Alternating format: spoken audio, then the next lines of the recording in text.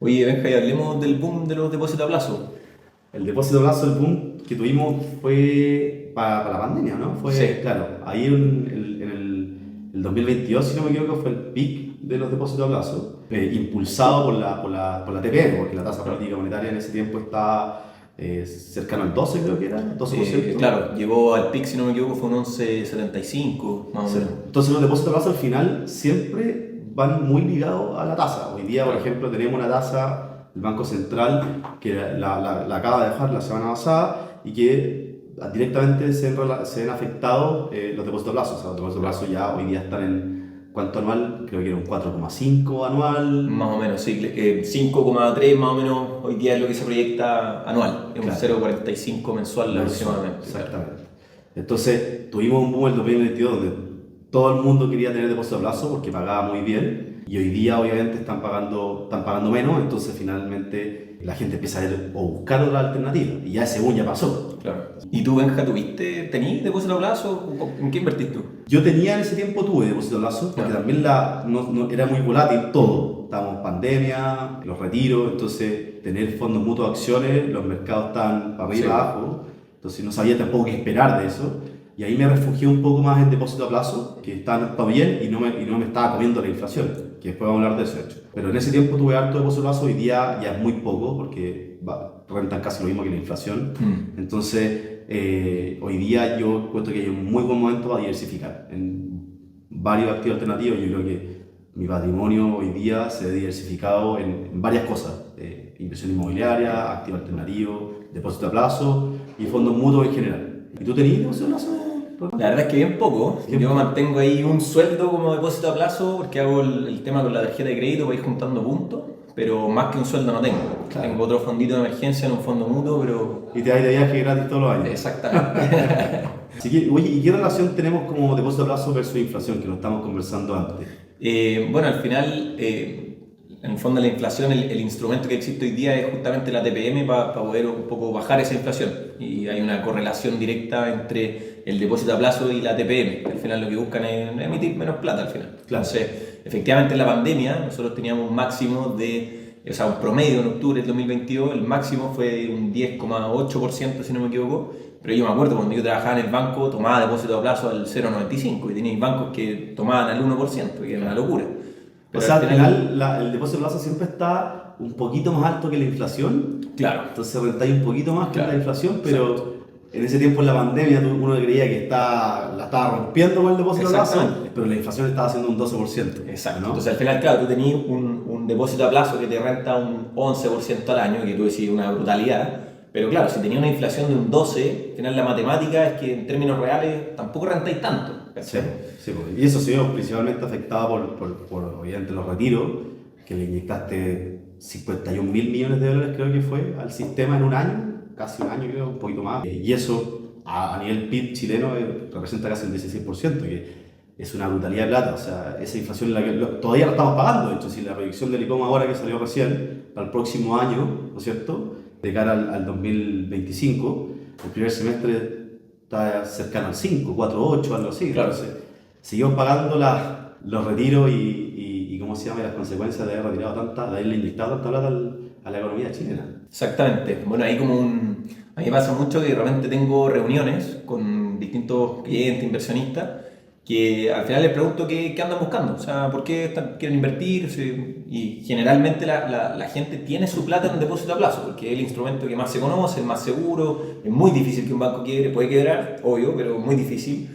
Pero claro, me dicen, no, es que el depósito a plazo ya no me renta como me rentaba antes. Y claro, ahí tú empezás a explicar un poco de dónde viene esa rentabilidad que tuvo el depósito a plazo, Obvio. y caí un poco en esa trampa de que, chuta, me rentaba un 1% mensual, que es una locura, hoy día me renta un 0,4%, pero claro, si tú hacías el contraste con la inflación que tenía en ese minuto, en términos reales, prácticamente lo mismo. Claro.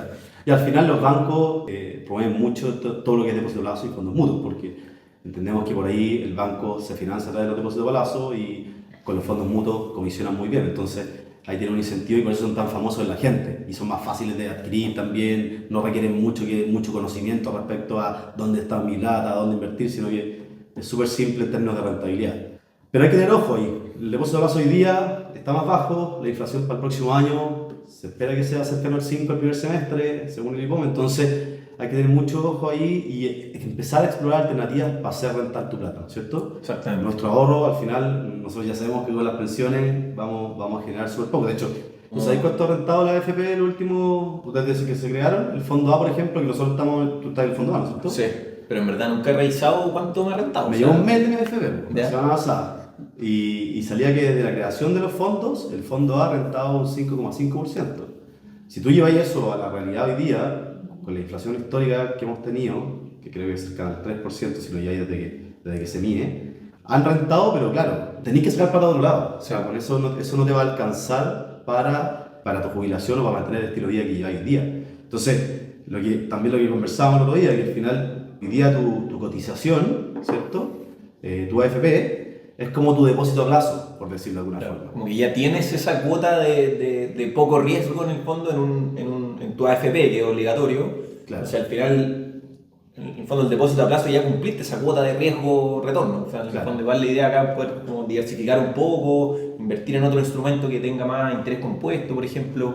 Ahí, no sé cómo veis tú ese tema del interés compuesto, qué alternativa. Cero. O sea, yo al final lo que yo creo es que tenéis tu cuota, obviamente el depósito de plazo también hay que tenerlo porque es líquido, tu AFP no es líquida, no podéis retirarla hasta tu jubilación. Entonces ahí el depósito de plazo cumple la función un poquito más líquida para efectos de cualquier emergencia, tener ese típico, el fondo de emergencia que le dicen que puede ser 2, 3 sueldos tuyos, ¿cierto? De cada uno. Y respecto a lo que estáis diciendo al final, que el interés compuesto no, es una tremenda herramienta. O sea, hoy día el interés compuesto es como donde todos tienen que proyectar invertir su plata, que sea a través del interés compuesto, o sea, que sobre interés me genere más interés y sea un saco que se vaya exponencialmente creciendo en el tiempo. Aquí yo creo que hay dos aliados en interés compuestos, sí o sí. ¿Cómo cuáles? Uno es el tiempo. Mientras más tiempo tenéis tu plata rentando el interés compuesto, más grande se hace ese saco exponencialmente, ¿ya? Y lo segundo es la constancia, que es muy difícil. No sé si tenéis constante con las inversiones o con el ahorro. Es difícil. No, Yo creo que igual hoy día estamos como en una era que al final queremos todo al tiro. Entonces es difícil un poco asumir que la inversión es súper aburrida al final. O sea, uno quiere invertir y hacerse rico de la noche a la mañana, pero claro, tenéis que estar ahí, permanecer constante, todos los meses. En el fondo, no cambiar la moto, no cambiar el auto, no irte de vacaciones y destinar esa plata en el fondo a ir generando un mayor interés y al final es por un bien mayor. ¿Sí? Lo que hablábamos recién de la AFP, muy difícil que tú mantengáis tu estilo de vida con la plata que tenéis en la AFP. Entonces, sí o sí tenéis que salir a buscar otros instrumentos que tengan otros plazos, que tengan otros riesgos, ¿cachai? Claro.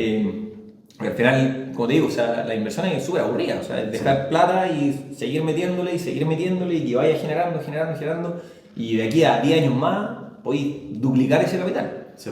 Una locura el interés compuesto al final. Yo creo que para los que tienen la posibilidad de ahorrar plata y tener un colchón, ¿te fijas ahí? Porque hoy día también tenéis mucho, como tú decías, tenéis mucha emergencia, muchas cosas. Realmente, no sé, porque uno está constante ahorrando y te calentaste con un viaje. Porque querés viajar, qué rico viajar. Sí. Todo el mundo le encanta viajar, o querer irte de vacaciones a algún lado en Chile, o no sé, tenía una emergencia, eso también pasa. Entonces, ahí la constancia y todo ese saco al final se va un poco, se volvía atrás, ¿te fijas? Volvió 4 pasos atrás. Entonces, creo que hay que tener como un piso intocable, sí o sí, que puede ser, no sé, de lo que podáis, 50 lucas, 100 lucas, 500 lucas, no tengo idea. Y después el otro piso de ahorro tiene que ser un piso que te permita, oye, si que nos queremos ir de vacaciones, ya toquemos esos ahorros, ¿te fijáis? Pero debe haber un piso intocable que lo hagáis en interés compuesto. Nosotros poníamos, no sé, si tenéis tu plata UF más 7 anual durante 6 años, duplicáis tu patrimonio. O sea, si metiste 10 palos, en 6, 7 años, sacáis 20. Bueno, ayer hacíamos el ejemplo cuando te pregunté, Benja, ¿cuánto te queda para jubilar? ¿Son cuánto? ¿30 años? Sí, pues 30 años. No, hacíamos el ejemplo con la calculadora, si te acordáis que tomábamos, eran 20 millones si no me equivoco, en 30 años más, o sea, una locura, si es que no los tocáis, si no te vais de vacaciones, si no cambiáis el auto, se transforman en 300, 400 millones, que al final tú decís, chuta, son 20 millones, y termináis, claro, ahí obviamente hay que meter la inflación y todo ese tipo de cosas en la cuenta rápida, pero en el fondo, o sea, ahí lo sacamos, creo que era un 5% del total que tú vayas a generar con 20 millones, entonces... claro, al final lo difícil es hacerse el hábito de invertir y buscar, en el fondo, explorar alternativas nuevas también. Obvio. O sea, la cuenta de la vieja siempre era esa, pero claro, el número impresiona. Sí.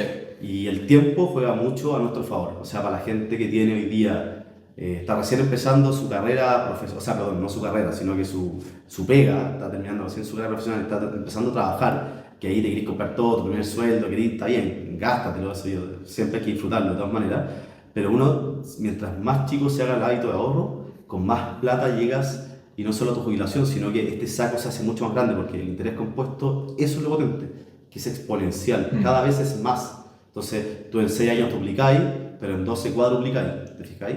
Entonces, Claro, eso es esos como... 5 o 6 añitos hacen una diferencia gigante al final. Entonces, para la gente que quizá hoy día tiene, como nosotros, no sé, 34, 35 años, o que de repente tiene 40, 45, si quiere empezar hoy día con el tema del ahorro, el tema de interés compuesto, para llegar a buenos niveles necesitáis inyectarle una inversión inicial más alta. En cambio, cuando eres más chico, tenéis 25, 24 años, estáis recién entrando a trabajar, voy a hacerte el hábito de invertir 100, 200 lucas mensuales durante 45, 50 años. Y es una locura. Y es una locura de plata. Pero es difícil. La constancia a todos nos cuesta, a mí me cuesta mucho.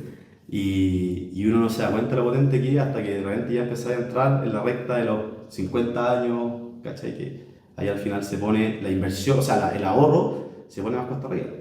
O sea que al final, si tú realmente quieres aumentar tu patrimonio, tenéis dos caminos. O hacer crecer tus ingresos, que es un poco lo natural al final, o sea, tú salís de la universidad o si es que no estudiaste, pero entráis al mundo laboral y lo normal es que tú obviamente vayas subiendo ese ingreso, ¿ya? Y el otro camino es invertir, o sea, invertir, hacerte el hábito, como decís tú, mientras más chico partáis es un poquito más fácil porque partís con montos menores, pero al final es la única forma de que tú en el fondo podáis tener el día de mañana un saco de plata importante para poder mantener tu estilo de vida al final. Obvio. O sea, hoy día el depósito a plazo es un buen refugio, pero uno tiene que ver alternativas. Sí. Tiene que ver alternativas en el mercado, ¿te fijáis? O sea, claro, la idea acá tampoco es matar el depósito a plazo, No. solo que obviamente es un instrumento que al menos yo, y una opinión súper personal del Benja, tenéis que tenerlo, sí o sí, pero no más allá de 1 o 2 sueldos, un poco un saquito de emergencia. Pero si tú realmente querés proyectar en el fondo tener un patrimonio más grande y que vaya creciendo a medida del tiempo, o sea, creo yo que el depósito a plazo no es el camino.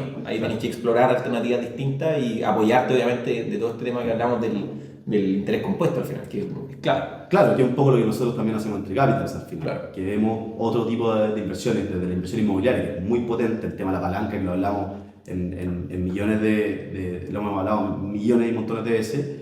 La inversión inmobiliaria aumenta tu patrimonio exponencialmente también, y por otro lado otros activos alternativos que un poco le ganen a la inflación y a ese depósito a plazo, o si queréis proyectarte, decir, ¿sabes qué? Yo quiero proyectarme a los 60, 65, 70 años, llegar con un saco grande de plata. Pucha, acércate a nosotros y planifiquemos algo que les pueda servir, pues a eso nos dedicamos, y creo que es súper importante que la gente sepa, que la gente que nos ve, que nos sigue, entienda también, porque obviamente entre la pega, entre que estáis jugado todo el día, entre que tenéis muchas cosas que hacer, no tenéis mucho tiempo para instruirte en inversiones, estar metido en la bolsa, el trading, ¿cachai? Hay gente que le encanta, yo sé que a ti te gusta también, pero de repente hay que buscar también otras alternativas de inversiones que son como dejar plata y me olvidé un poco. Claro, un poquito más pasiva al final. Un poquito más pasiva, sí. Claro. Sí.